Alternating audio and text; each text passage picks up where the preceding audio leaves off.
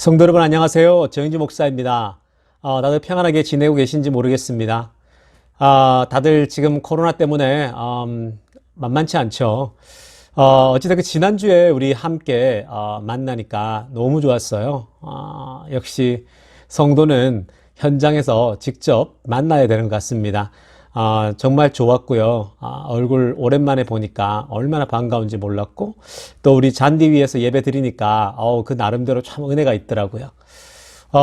저는 이제 내일, 출발하게 됩니다. 내일 저녁 비행기인데요. 또 계속 기도해 주시고요. 무사히 도착할 수 있도록 기도해 주시고, 지금 한국에 비가 많이 오는 것 같아요. 비 피해가 없도록 좀 기도해 주시고, 저희 아내와 저희 가족을 위해서 기도해 주십시오. 성도님들의 기도가 또 필요한 또 시기인 것 같습니다. 어찌됐건 그동안 많은 분들이 도와주시고, 또 먹을 것 주시고, 모두가 다 먹는 것들 또 이렇게 다 제공해 주셔가지고 제가 아내 없이 거의 한 달을 굉장히 잘 버틴 것 같아요. 제가 이렇게 이 정도로 버틸 줄 상상을 못했는데 아주 무난하게 잘 버텨진 것 같습니다. 이렇게 또 도움을 받고 나니까 더 많은 것들을 깨닫게 되고, 또, 앞으로도 다른 사람을 도울 때 더 이제, 그런 절실함들을 알게 되니까 훨씬 또, 개인적으로는 도움이 참 많이 되는 그런 시간이 되었던 것 같습니다. 이제 우리가, 기도하고, 오늘 또 예배를 드리도록 하겠습니다. 기도하겠습니다.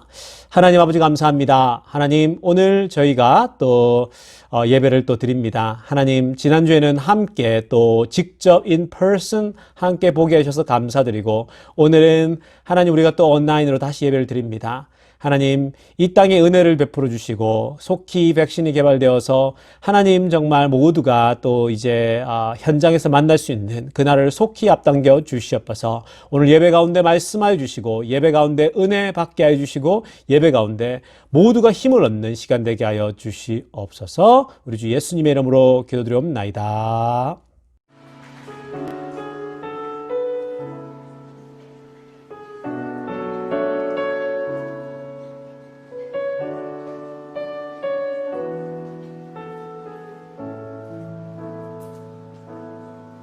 내게 허락하신 시련을 통해 나의 믿음 더욱 강하게 자라나고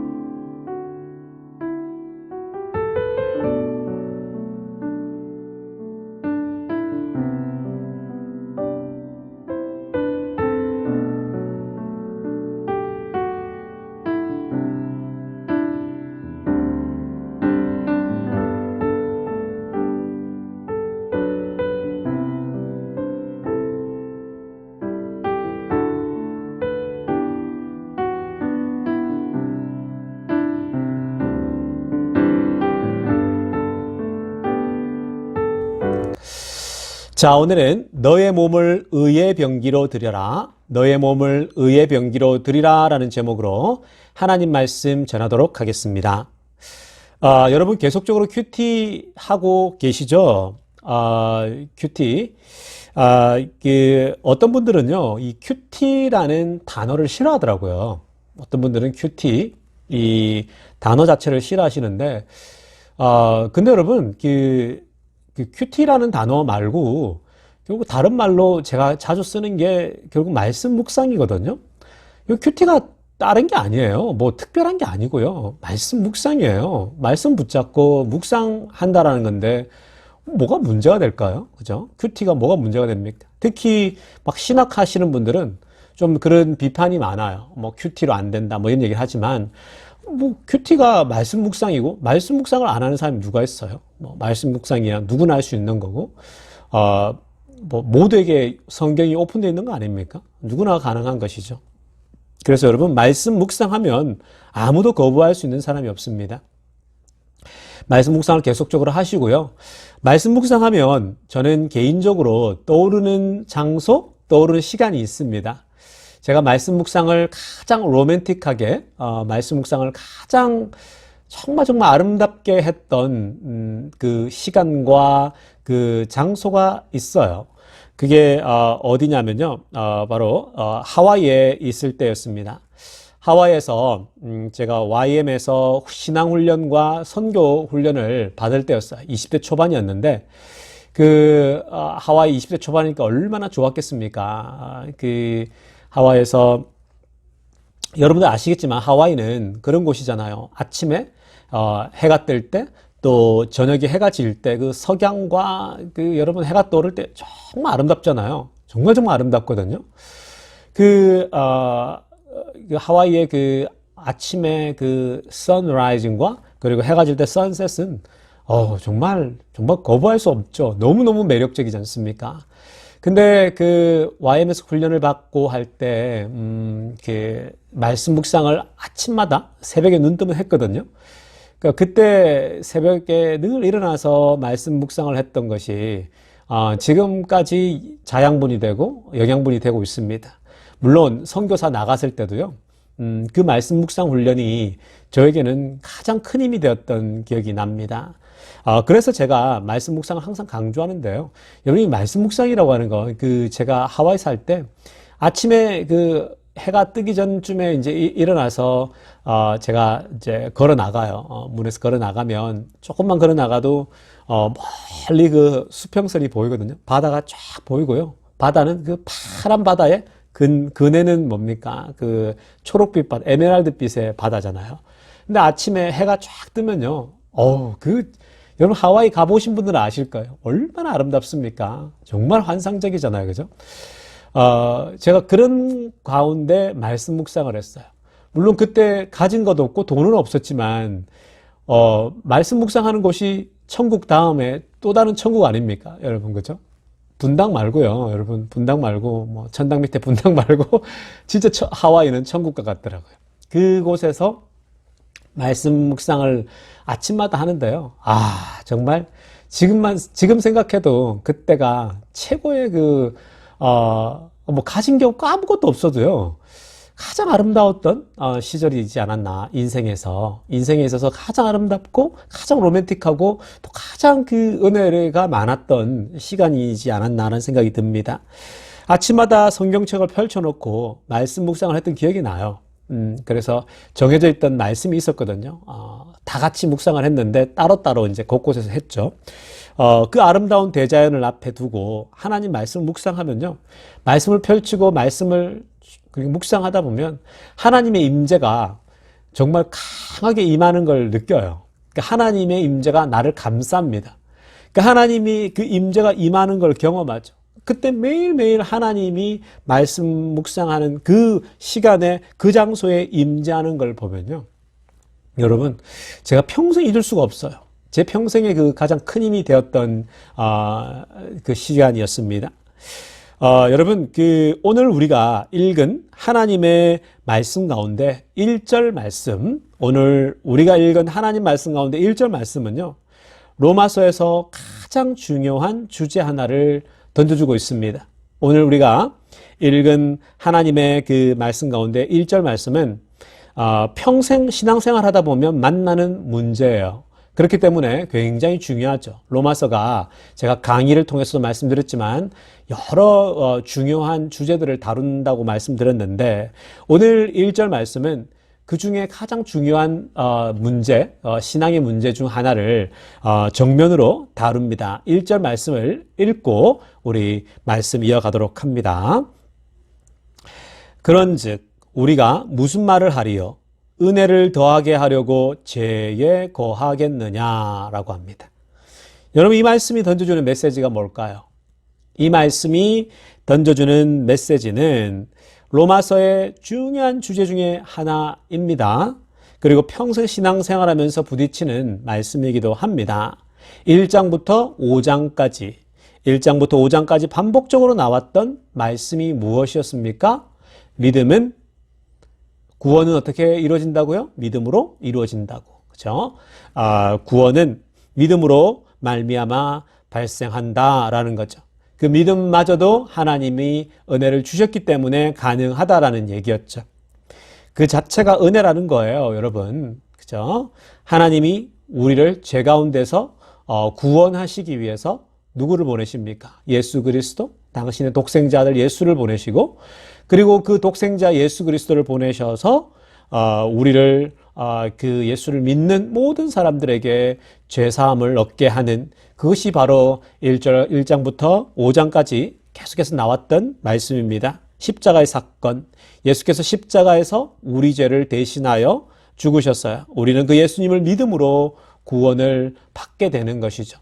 그러니까 구원은 무엇입니까? 선물인 거예요. 하나님이 주시는 선물. 죄 가운데 죽을 수밖에 없었던 우리들이 받는 선물인 것입니다. 자, 그런데요. 그러면 예수를 믿으니까 또 구원이 보장되잖아요. 그죠? 예수님을 믿으면 구원이 보장이 되는 거예요. 여러분들이 구원의 확신이 흔들리지 않을 수 있는 것은 내가 예수를 믿기 때문에 흔들리지 않는 거예요. 그런데요. 여기서 문제가 발생하는 거예요. 여기서 질문이 생기는 겁니다. 예수를 믿고 구원이 보장되니까 너무 좋죠. 여러분, 이게 그 구원이 보장되어 있는 거니까 복음이죠. 이게 복된 소식이에요. 굿뉴스예요, 여러분. 가스펠이에요. 굿뉴스입니다. 좋은 소식. 내가 죄 가운데 죽을 수밖에 없었는데 예수 그리스도를 믿음으로 하나님의 은혜가 그대로 임해서 우리는 구원을 받는 것이죠. 예수를 철석같이 믿으니까 구원도 철석같이 보장이 된다라는 겁니다. 이거 얼마나 좋습니까? 너무 좋잖아요. 그래서 복음이라고 하는 겁니다. 그런데 이렇게 되고 나니까 문제가 발생합니다. 예수 믿고 내 구원이 보장이 된다고 믿고 있으니까, 그렇게 생각하고 있으니까 어떤 문제가 생길까요? 로마서에서 계속해서 나오는 말씀이에요. 어떤 문제가 발생합니까? 구원이 보장되니까 사람들이 어떤 상태로 빠집니까? 죄 가운데 빠지는 거죠. 구원이 보장돼 있으니까 쉽게 죄 가운데 빠지는 거예요. 여러분, 역설적이죠. 의외죠. 사람들이 구원을 받고 예수님이 죄사함을 해주셨는데 어떻게 또 죄에 빠지지? 라고 질문하는 분 계십니까? 그런 분들은 어쩌면 율법주의자일 수 있어요. 그런 분들이 더 쉽게 죄에 빠질 수 있는 분들입니다. 여러분, 여러분들이 예수를 믿었다고 해서 죄를 짓지 않습니까? 짓잖아요, 여러분. 예수를 믿고 나서도 죄 가운데 빠질 수가 있는 겁니다. 그런데 여러분, 구원이 보장되어져 있다라고 확신을 하면 할수록 오히려 그 쉽게 죄를 빠지는 사람들이 생긴다라는 거예요. 신앙생활을 하면 할수록 그런 현상이 나타납니다. 이런 걸 여러분 어떻게 이해할 수 있냐면요. 몇 가지를 통해서 우리가 이해할 수 있는데요. 제가 옛날에 그 유스 그룹을 오랫동안 했거든요. 오랜 유스 사역을 했는데, 그 아이 중에, 제가 돌봤던 아이 중에 그 2세는 아니었어요. 근데 어릴 때부터 이제 그 조기 유학을 한 아이예요. 그래서 아주 어릴 때부터 했으니까 당연히 그 2세처럼 이제 자라가는 거죠. 영어도 하고 그 한국말도 하고 다 하는 애들인데, 근데 그 아이 중에 하나가 부모님이 굉장히 부자였어요. 여러분 조기 유학 보낼 정도면 다들 웬만큼 살아요. 웬만큼 중소기업 사장이거나 아버지가 뭐 웬만큼 다 잘 살아요. 그러니까 조기 유학을 보낼 수 있죠. 그 뭐 중소기업 정도로 해야 유학을 보낼 수 있는 거 아니겠습니까? 제가 보니까 한국에서 조기 유학 보내는 아이들의 가정을 살펴보면 뭐 보통 부모님이 양쪽 다가 의사거나 한쪽만 의사여도 힘들다 그러더라고요. 요즘은. 양쪽 다 의사거나 또 뭐 중소기업 이상의 사장이거나 또 양쪽 다 공무원이거나 뭐 그런 사람들이더라고요. 근데 이 친구는요, 제가 지금 얘기하는 이 어린 친구는 정말 어렸을 때부터 조기 유학 가서 뭐 초등학교, 중학교, 고등학교를 여기서 다 보냈거든요. 근데 이 녀석이 그 부모님이 워낙 부자라서 정말 부자더라고요. 근데 그 워낙 부모님이 돈이 많다 보니까 뭐 초등학교 어린 시절부터 온 거 아니에요, 그죠? 근데 이 녀석이 그 성적이 안 좋아요. 그 제가 목사다 보니까 부모님한테 전화가 와서 아이 성적도 좀 봐달라 이런 부탁도 받잖아요, 그죠? 그 2세 부모님들은 부모님 여기 계시니까 뭐 제가 터치할 게 없잖아요. 저는 그냥 아이들 말씀 공부하고 설교 전하고만 하면 되는 거예요. 근데 이렇게 조기 유학 온 아이들은 문제가 뭐냐면은 그 부모님 관리를 잘 못 받는 거예요. 근데 그 특히 이 녀석은요 공부를 안 하는 거예요. 그러니까 성적도 안 좋겠죠. 그 공부를 거의 안 하고 그 성적을 보니까 거의 바닥이에요. 학점을 제가 봤는데요. 와, 정말 이런 점수는 저도 태어나서 본 적이 없어요. 1.6인가 그렇더라고요. 아니, 1.6도 있고 또 포인트 6 본 적이 있어요, 여러분. 0.6이요. 성적이 0.6인 걸 보셨습니까? 어떻게 하면 0.6을 받을 수가 있죠? 또 어떻게 하면 1.6을 받을 수 있을까요, 여러분? 사실 이렇게 받기가 힘들거든요. 근데 이 녀석 성적을 보니까 뭐 1.5를 넘으면 잘한 거더라고요. 그만큼 성적이 형편이 없는 거예요. 그래서 결국 대학을 못 갔어요. 나중에 부모님하고 한번 얘기한 적이 있었는데 부모님이 그러더라고요. 대학 안 가면 어때요? 뭐 이러더라고요. 와, 그래서 제가 보니까 이 녀석이 공부를 못한 이유가 있더라고요. 이 녀석이 공부를 못한 이유 중에 하나가 집이 엄청 부자인 거예요. 너무너무 부자인 거예요. 그냥 부자가 아니고요. 너무너무 부자인 거예요. 이 녀석은요, 부모님이 부자이니까 남들보다 여러분, 그 열심히 공부해야 된다는 부담이 없는 거예요. 공부를 안 해도 남들보다 가질 건 더 많이 가지고 있어요. 그 여러분 조기 유학이나 여기 이사이들 보세요. 뭐 갖고 싶은 거 많을 거 아니에요. 근데 뭐 그렇게 갖고 싶은 걸 다 가질 수 있나요? 그렇지는 않잖아요. 근데 이 녀석은 가질 건 다 가지고 있는 거예요. 자동차도 부모가 사주면 비싼 차를 사줄 수 있는 집이에요. 근데 자동차는 안 사줘요. 사고 날까 봐. 그래서 이 친구는요. 고등학교 졸업하고도 뭐 미래가 보장이 돼 있거든요. 왜냐면 여러분 뭐 아버지가 그냥 가게 차려주고요. 또 아버지가 그냥 회사를 물려줄 수도 있는 거예요. 회사를 물려주고 또 가게를 차릴 수가 있거든요. 그러니까 남들처럼 아둥바둥 뭐 공부를 할 이유가 뭐가 있겠습니까, 성도 여러분? 그러니까 이 친구가 미래에 먹고 살 수 있는 보장이 되어 있으니까 학창 시절에 뭐 공부에 막 열의를 내겠어요. 그러니까 게임하고요, 놀러 다니고요, 비싼 옷, 비싼 신발 신고 다니고요. 그 재미있게 사는 거예요. 그러니까 학점이 2.0을 넘기가 쉽지 않은 거죠.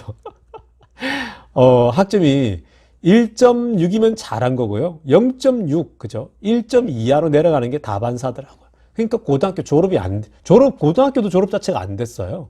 그러다가 막판에 겨우 학교에서 배려를 해가지고, 다시 수업 듣고, 다시 해가지고, 겨우 해가지고 졸업하는 뭐 학점을 이렇게 메꿔서 뭐 1년을 더 다녔는가 모르겠어요. 제가 뭐 기억이 안 납니다. 그랬더라고요. 여러분, 근데 이 녀석이, 그러니까 공부 안 하는 거죠. 대충 사는 거예요, 여러분. 고등학교, 중학교.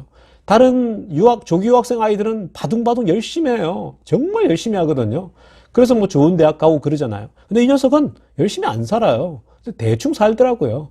대충 살아도 고등학교 마치면 가게가 보장이 돼 있고 또 회사를 이제 수련 받으면서 물려받을 수 있는 재산 물려받을 수 있는 준비가 돼 있는 거잖아요. 보장이 돼 있는 거잖아요. 그러니까 대충 사는 거예요. 여기 이 예가 이해가 되시죠? 이게 그런 겁니다, 여러분. 마찬가지예요. 지금 1절 말씀이 하고 있는 얘기가 그 얘기예요, 여러분. 1절 말씀이 뭐냐면요. 너희들 구원이 보장되어 있고 하나님이 너희들에게 값없이 은혜를 주었으니까, 은혜를 주니까, 은혜가 위로부터 부어지니까 삶에 있어서 너희들이 진지함이 떨어진다.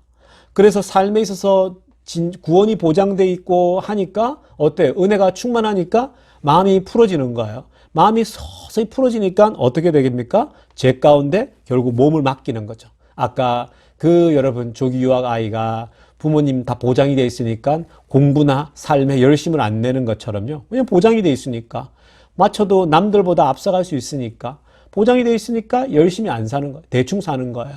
그러다 보면 여러분 뭐 인생이 그냥 늘 루즈하게 살아가는 거예요.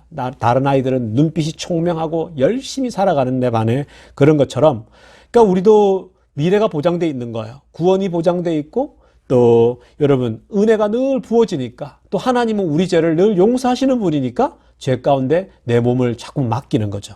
그죠? 그리고 삶의 진지함이 떨어지고 결국 죄 가운데 몸을 맡기게 되고 죄를 더 많이 짓게 되는 문제가 발생하는 겁니다. 죄를 지어도 하나님이 은혜를 주셔서 또 죄를 용서해 주시고 또 구원마저도 보장이 되니까 죄를 습관적으로 짓는 그런 안 좋은 그런 그 구조에 빠지게 되는 거죠. 사이클에 빠진다라는 거예요. 여러분 그래서 로마서는 이렇게 얘기하지 않습니까? 죄가 많은 곳에 죄가 더한 곳에 은혜도 많다. 죄가 더한 곳에 은혜가 많다. 이게 무슨 말입니까? 그 시퍼런 죄 가운데에서도 하나님이 은혜의 광선을 비추면 그 사람이 구원을 받는 거잖아요. 그러니까 죄가 많은 곳에 은혜도 더 크더라는 거예요. 여러분 엄청난 죄인이 하나님께 구원받으면 얼마나 하나님께 눈물 콧물 흘리면서 고마워 감사합니까? 그런 사람들 많이 봤잖아요. 우리가 간증을 통해서요. 여러분 그래서 1절 말씀은요. 은혜를 더하게 하려고 그러면 죄에 빠지겠냐라는 거예요. 1절이 질문하는 게 뭐냐면 은혜를 더하게 하려고 그러면 죄에 더 많이 거하겠냐. 죄가 많은 곳에 은혜가 많대라니까 거꾸로 사람들이 살아가는 거예요. 그래? 그럼 내가 죄를 더 크게 지으면 은혜도 더 많겠네 라는 질문이 생기는 거 아닙니까? 그 질문하고 있는 거예요. 로마서에서 전통적으로 오랫동안 던졌던 그 질문이에요. 바로 그러면 너희들이 은혜를 더 많게 경험하기 위해서 더금 죄에 빠지겠냐라고 역설적으로 질문하고 있는 거죠. 죄를 계속 많이 지으면 은혜가 많아지니까 계속 죄 가운데 머물겠냐라는 질문이거든요. 여러분 이게 그러면 여기는 어떻게 답변합니까? 그거 아니잖아요. 그렇게 하면 안 되잖아요. 그렇게 살면 안 되잖아요. 하나님이 우리가 예수를 믿으면 구원이 보장되고 천국이 보장되고 하나님이 은혜를 늘 주신다고 해서 또 우리가 죄를 좀 지어도 하나님이 용서하신다고 해서 여러분 늘 죄를 짓고 또 지으면 용서해 주는데 또 죄 지으면 또 하나님이 치유해 주는데 뭔 걱정이래 하면서 우리가 그렇게 산다고 막 인생 막 살면 되나요? 그렇지 않잖아요. 1절이 그 질문이거든요. 아무리 구원이 보장이 된다고 하더라도 또 아무리 하나님께서 죄 많은 우리를 은혜로 용서하신다고 해도 죄 가운데 살라는 얘기가 아니잖아요. 죄 가운데 살라고 은혜를 주는 게 아니잖아요. 그죠? 그래서 오늘 말씀 맨 마지막 구절 13절에서는 이렇게 얘기합니다. 13절에서 또한 너희 지체를 불의의 무기로 죄에게 내주지 말고 오직 너희 자신을 죽은 자 가운데서 다시 살아난 자 같이 하나님께 드리며 너희 지체를 의의 무기로 하나님께 드리라. 아멘. 여러분, 이 13절에서 뭐라고 합니까? 너희들이 하나님이 용서해주고 죄를 용서해주고 하나님이 끝까지 너희를 지켜주고 보호해준다고 해서 죄 가운데 너희 몸을 드리는 게 아니라 뭐라고 합니까? 너희 몸을 불의의 무기로 드리지 말라라는 거예요. 너희 몸을 불의의 병기로 죄에게 내주지 말래요. 그리고 뭐라고 합니까? 너희 지체를 너희 몸을 의의 무기로 하나님께 드리라고 얘기를 합니다. 너희 몸을 의의 병기, 옛날 버전은 의의 병기거든요. 의의 병기로 하나님께 드리라고 얘기를 합니다. 불의의 병기로 죄 가운데 내버려 두지 말고 은혜가 넘친다고 마음이 풀려서 죄의 도구로 살지 말고 오히려 너희 몸을 의의 무기, 의의 병기로 드리라라고 얘기를 하고 있는 거죠. 여러분, 이 말씀은요, 저는 이 말씀이 참 좋아요. 왜냐하면 굉장히 적극적으로 살라라고 하는 메시지거든요. 그럼 우리가 어떻게 살아가느냐에 따라 불의의 무기가 될 수가 있다는 얘기고요. 또 어떻게 살아가냐에 따라 우리는 의의 무기, 의의 병기가 될 수 있다라는 겁니다. 구원이 보장되어 있고 은혜가 아무리 넘치더라도요, 의의 무기가 되라는 거예요. 적극적으로 살라라는 겁니다. 로마서가 우리 성도들에게 적극적으로 의의 병기, 의의 무기로 이 땅에 살아가라고 주문하고 있는 거예요. 단순히 여러분, 우리가 예수를 믿고 단순히 죄를 벗어나는 수준이 아니라는 거예요. 내가 죄에 벗어났구나, 죄의 올무에서 벗어났구나, 그런 수준이 아니라는 거예요. 죄 좀 안 짓는 그런 수준이 아니고요. 우리에게 오히려 정말 강력하게 주문합니다. 너희는 의의 병기, 하나님의 병기가 되라는 거예요. 하나님의 의의 무기가 되라는 거예요, 여러분. 여러분, 의의 무기로 산다라는 것이 무엇입니까? 저는 사실 이 구절을 가지고 참 이 말씀으로 참 많은 설교를 할 수가 있는데, 오늘은 여러분 또 한국에서 테이크하는 마지막 또 설교이기도 하고, 제가 또 설교를 어렵게 하는 스타일이 아니잖아요. 좀 쉽고 우리가 편하게 접근하려고 하는데, 여러분 단순히 이 의의 무기로 산다라고 하는 것은요, 죄를 벗어나는 수준을 말하는 게 아니에요. 죄 좀 안 짓는, 우리 그렇잖아요. 예수 믿으면서, 오늘 나 죄 안 지었네? 오늘 나 이거 안 했네? 이런 수준을 말하는 게 아니라고요, 여러분. 의의 병기, 하나님의 무기잖아요. 여러분, 하나님의 그 병기란 말은 하나님의 전쟁에서 사용되는 무기라는 거예요. 하나님이 하시는 전쟁에 무기로 여러분 살아라는 거예요. 하나님이 쓰실 무기로, 하나님 쓰실 병기로. 우리가 그러잖아요, 여러분. 스포츠를 보면 비밀 병기는 항상 있잖아요. 그죠? 후반전에 투입하는 비밀 병기. 상대팀이 알지 못하는 그 병기들이 있지 않습니까? 투입하면 골을 넣고 만들어내는. 그 얘기를 하는 거거든요, 여러분. 의의 병기로 살라고 하죠. 여러분, 의의 병기로 산다라고 하는 것은 어쩌면 지금 우리가 말씀 묵상을 하고 있잖아요. 큐티를 하고 있잖아요. 여러분, 말씀 묵상을 하고 있는 것도 의의 병기가 되어가고 있는 거예요. 여러분들이 말씀 묵상이 생활화되고 말씀 묵상 스스로 말씀을 여러분 묵상하다가 은혜 받아보세요. 그럼 여러분들은요, 정말 강력한 은혜의 병기가 돼요. 여러분, 스스로 말씀을 묵상하다가 은혜 받아보십시오. 목사님이 떠먹여주는 그 말씀도 중요하죠. 목사님들이 떠먹여주는 여러분 그 말씀으로 은혜 받는 것, 거기에 머물지 마시라는 거예요. 왜 우리가 큐티하고 말씀 묵상합니까? 거기 머물지 말고 스스로 말씀을 묵상하고 스스로 말씀을 펼치고 은혜 받는 수준에 이르게 되잖아요. 그런 사람은 감당 못해요, 여러분. 그런 사람은요, 누구도 감당할 수 없는 사람이 됩니다. 정말 하나님의 의의 병기가 된다라는 거예요, 여러분.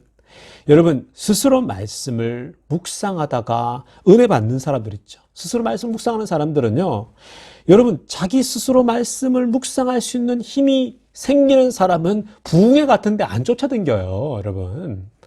여러분, 정말 스스로 말씀 묵상해서 은혜 받는 사람들은요, 여러분, 유명한 강사 안 쫓아다닌다고요. 옛날 우리 막 어른들은 막 그렇게 쫓아다녔잖아요. 물론 한편으로는 이해가 돼요. 왜냐하면 그때는 말씀 막 공급받고 받을 수 있는 데가 막 한정돼 있다 보니까 뭐 그럴 수 있는 건데요.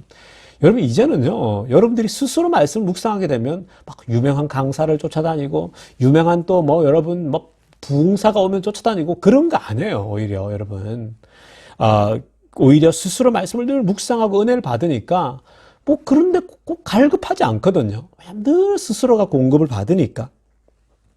또 여러분, 성도들 중에 막 관계로 교회 섬기는 사람들이 있거든요. 특히 이민교회 그런 사람들이 참 많더라고요. 인간관계 때문에 교회 나오고, 또 여러분 성도들 중에 정말 내가 관계 때문에 섬기는 사람들이 있거든요. 또 어떤 사람 중에는 목사님이 좋아서 그냥 나오는 사람도 있어요. 목사님하고 관계 때문에 그냥 섬기는 사람들이 있더라고요. 여러분, 이런 사람들은요, 조금만 환란이 찾아오면 넘어져요. 조금만 어려움이 찾아오잖아요. 여러분, 그냥 실족하면 그냥 교회 금방 떠나요. 막 관계에 조금만 문제가 생기잖아요. 그러면 막 그게 다 무너지는 거예요. 교회 섬기는 게. 여러분, 그렇게 되면 안 돼요. 여러분, 제가 이민교회 하면서 그런 사람을 너무너무 많이 봤어요. 그냥 목사님 보고 관계 때문에 나오고요. 그냥 또 뭐, 그냥 교회, 또 인간관계 때문에 나오면서 교회를 섬기는 거예요. 그런 사람들은요, 관계가 틀어져 보세요. 다 무너져 버리는 거예요. 여러분, 정말로 여러분, 스스로 말씀을 먹고 스스로 말씀을 묵상할 수 있는 힘이 생기는 사람들은요, 그렇게 스스로 말씀을 통해서 은혜 받는 사람들은 쉽게 흔들리지 않아요. 쉽게 여러분 막 교회를 등진되거나 막 떠난다거나 교회 질서를 흔든다거나 그렇지 않아요. 왜 그런 사람들은 여러분 어떤 의의 병기가 아니고요. 그런 사람이야말로 불의의 병기가 돼 있는 거예요. 여러분 악의 병기가 돼 있어요. 여러분 한번 생각해 보세요. 우리가 이전에 교회를 보면요. 정말 잘 섬기다가 확 뒤집혀져 가지고 불의의 병기가 되어져 있어요. 정말 예상을 할 수가 없는 거예요. 그런 사람들이 어떤 사람들이에요? 막 불의의 병기, 막 정말 감당할 수 없는 악의 병기가 되어 있는 사람들 있잖아요. 그죠? 그런 사람들은 어떤 사람들이냐면요. 관계 때문에 나오고, 그냥 여러분, 스스로 말씀을 묵상할 수 있는 힘이 없는 사람들이에요. 스스로 말씀을 은혜 받을 수 있는 힘이 없는 사람들이에요. 하나님과의 관계가 굉장히 종속적인 그 사람들인 거죠. 근데 여러분, 정말 스스로 말씀을 먹을 수 있고 스스로 말씀을 묵상할 수 있는 사람들은요. 여러분 그런 사람들은 쉽게 변하지 않아요. 쉽게 여러분 막 움직이지 않고요. 신실해요. 그런 사람을 신실한 사람이다라고 얘기를 하는 겁니다. 누구보다 굳건히 예배를 지키고요. 누구보다 굳건히 교회를 섬기는 사람들이에요. 이런 사람이 의의 병기입니다. 그런 사람이 의의 병기인 거예요. 그래서 여러분 말씀을 묵상한다라는 것은 나 스스로 말씀을 묵상한다는 것은 가벼운 게 아니에요. 정말 하나님의 의의 병기가 되는 기초가 되는 거예요. 의의 병기가 되는 파운데이션이 된다라는 것입니다. 여러분 사탄이 가장 무서워하는 사람이 바로 의의 병기예요. 여러분 사탄이 가장 무서워하는 사람이 의의 병기라는 거죠. 아주 얕은 수준에서 교회 생활하는 사람들은요, 너무나 쉽게 불의의 병기가 돼요. 마귀가 그걸 알아요.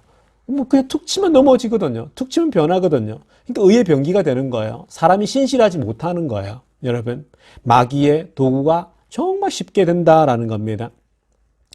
어떤 성도들은요, 은혜 받아서 선교사가 되기도 합니다. 어떤 사람들은 은혜 받아서 막 선교사가 돼요. 여러분. 오지의 선교사가 되어서 영혼을 구원하는 거죠. 정말 귀한 일이죠, 여러분. 근데 여러분, 이민교회도 선교지와 같아요. 이민교회도요, 선교지와 같아가지고, 이민교회는 특수교회예요. 그래서 여러분, 이민교회의 많은 목사님들은 선교사라고 생각하시면 돼요. 그런 분들은 정말 특수한 환경, 선교지가 특수한 환경이거든요. 근데 저도 선교사 해봤잖아요. 근데 이민교회는요, 선교지와 같아요. 정말 선교지 같습니다. 그래서 여러분 일반적인 목양적 접근으로 가면 안 돼요. 그래서 이민교회 담임 목회하시는 분들이 10년, 20년 하고 나서는 정말 그들이 다 그런 생각하잖아요. 아 정말 이건 특수 목회였구나. 이민교회는 특수 목회구나. 한국과 같은 목회의 그런 분위기가 아닌 거예요. 여러분. 저도 전적으로 동의합니다. 선교지라 생각하고 이민교회는 접근해야 합니다. 그래서 여러분 이민교회 목사님들도 정말 선교사와 같죠. 그러니까 선교사도 이렇게 이민 목회하신 분들, 목사님도 평생 하시고 은퇴하신 분들, 조그만 교회 하시다가 은퇴하신 분들 다 의의 병기예요, 여러분. 그들이 정말 제자 훈련 시켰던 그 사람들 다 있을 거 아닙니까? 그 의의 병기입니다. 여러분 그리고 적극적으로 의의 병기가 된다는 말은요, 좀 더 나간다면 적극적으로 의의 병기가 된다는 말은 단순히 목사가 되고 단순히 여러분 우리가 사역자가 되고 선교사가 되라는 말이 아니에요. 한국 교회는요, 조금만 은혜 받으면 목사가 되려고 해요. 한국 교회는요, 조금만 은혜 받으면 막 선교사로 나가야 된다 생각해요. 막 눈물 콧물 흘리면서 막 여러분 막 계시를 받아가지고 나는 선교사로 가야지 이렇게 얘기를 합니다. 여러분 의의 병기가 되란 말은요, 단순히 목회자가 되고 단순히 선교사가 되란 말이 아니에요. 여러분 한번 생각해 보세요. 우리가 목회자나 선교사만이 의의 병기가 된다는 말은 참 한국교회가 자꾸만 그런 식으로 가르쳐 왔던 것 같아요. 목회자들도 그렇고 또 강사들도 오셔가지고 항상 그렇게 가거든요. 여러분 사실은 그런 게 아니고요. 한번 생각해 보세요. 우리가 12지파 중에 여러분 구약 성경에 12지파가 있었잖아요. 제사장은 누구만 되었습니까? 레위 지파만 되었어요. 12지파 중에 딸랑 한 지파, 12지파 중에 한 지파, 레위 지파만 제사장을 담당했어요. 즉 오늘날로 따지면 목회자고 선교사거든요. 그러니까 전담 사역자가 되는 거죠. 근데 여러분 나머지 11지파는요. 어떤 사람들이었습니까? 11지파가 대부분이었어요. 레위 지파가 전부가 아니고요. 나머지 여러분 그 11지파는 어떤 사람들입니까? 일상을 살아가는 사람들이에요. 일하고요, 우물도 파고요, 건설도 하고요, 회사 다니는 사람들이에요. 사업하는 사람들이에요. 그런 사람들이 여러분 일상적인 그냥 사람들이라고요. 그러니까 12지파 중에 11지파는 각자 자신의 삶에서 열심히 살아가면서 하나님을 섬겼다고요. 교회를 섬기고 또 하나님을 섬겼죠. 여러분 어떤 분들은 돈 버는 데 은사가 있어요. 어떤 분들은 돈 버는 데 은사가 그러면 돈으로 여러분 열심히 돈 벌어서 교회에 어려운 사람들을 조용히 뒤에서 도와요. 그런 사람은 의의 병기예요. 하나님이 기뻐하는 의의 무기입니다. 또 어떤 분들은요. 직장 열심히 다니면서 여러분 직장 열심히 다니면서 교회 열심히 봉사하고요. 열심히 섬겨요. 그리고 또 선교사들 몇 명에게 꼬박꼬박 따로따로 또 헌금을 보내기도 합니다. 그런 사람들은 의의 병기입니다. 또 어떤 분들은요. 일반 평신도인데도 여러분 정말 뒤에서 사역자들을 돕기도 하고요. 또 어떤 분들은 밥을 못 먹는 여러분 대학생들에게 점심을 제공하는 그런 집사님들, 장로님들도 계세요. 여러분 그런 사람들은 의의 병기죠. 여러분 정말 많은 영역에서 의의 병기가 되어야 합니다. 의의 병기가 되어야 될 영역은 사회에 너무나도 많아요. 여러분 선교사로 헌신하고 막 목사로 헌신하는 거 좋죠.